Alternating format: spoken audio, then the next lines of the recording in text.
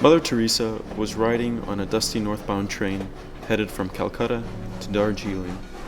She was sent on a retreat to recover from frequent illness and a feeling of exhaustion. While on this train, Mother Teresa experienced what she described as a call within a call. As she was riding along and listening to the wheels of the train slide along the track, she heard the clear voice of God ask her, "Wouldst thou not help?"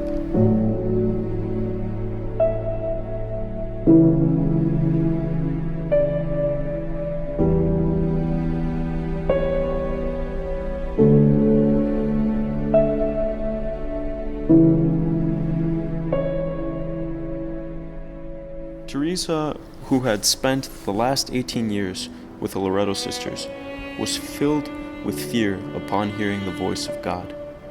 She knew that the Lord was calling her to go into the streets to serve the poorest of the poor. This would mean leaving her sisters, her friends, her order, and probably her reputation. Her writings revealed that she was afraid. She was afraid she would be the laughingstock of many, possibly killed, and filled with grief and loneliness if she answered this call.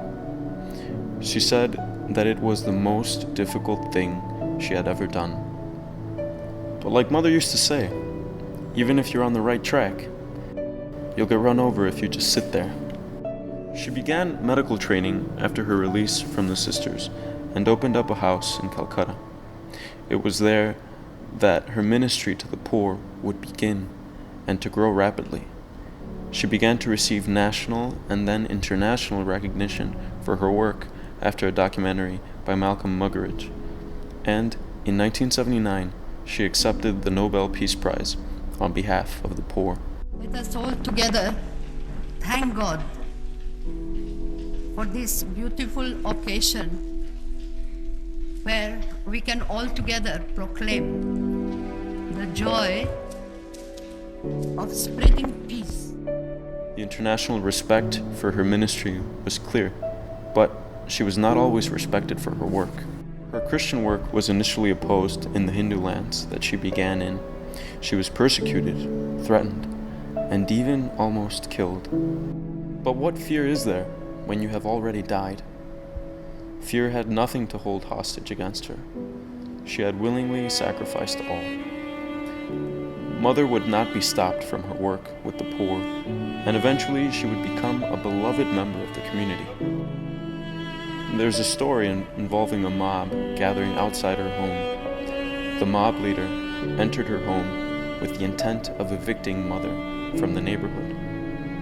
But upon entering and witnessing the care with which the suffering and emaciated bodies of the poor were tended, he returned to his mob with the announcement that he would evict the sisters, but only on one condition: that the mob persuade their mothers and sisters to undertake the same service. For Mother, there was no two ways about it. She was a single-hearted and seemingly logical woman. This was her life. She loved Jesus. The poor were Jesus.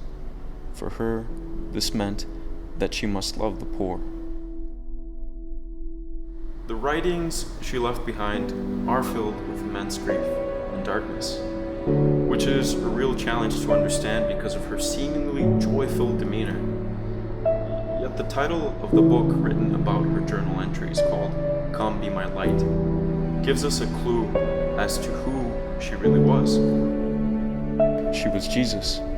He was all she had left and was apparently all she needed, even in her darkest hours. It is not so much the absence of light that produced the darkness, but the excess of light. She was too close to Christ here on earth to actually see him. But as we all knew, and the church finally confirmed, she is now seeing Christ perfectly. Mother died in 1997, and at the age of 87. But before the funeral mass, her body was carried through the streets of Calcutta by the same gun carriage that had borne the bodies of Gandhi and Nehru with hundreds of thousands of Indians lining the route. God speaks in the silence of the heart, and we listen. And then we speak to God from the fullness of our heart. First we listen, God speaks, and then we speak and God listens. And that connection is prayer, is oneness with God.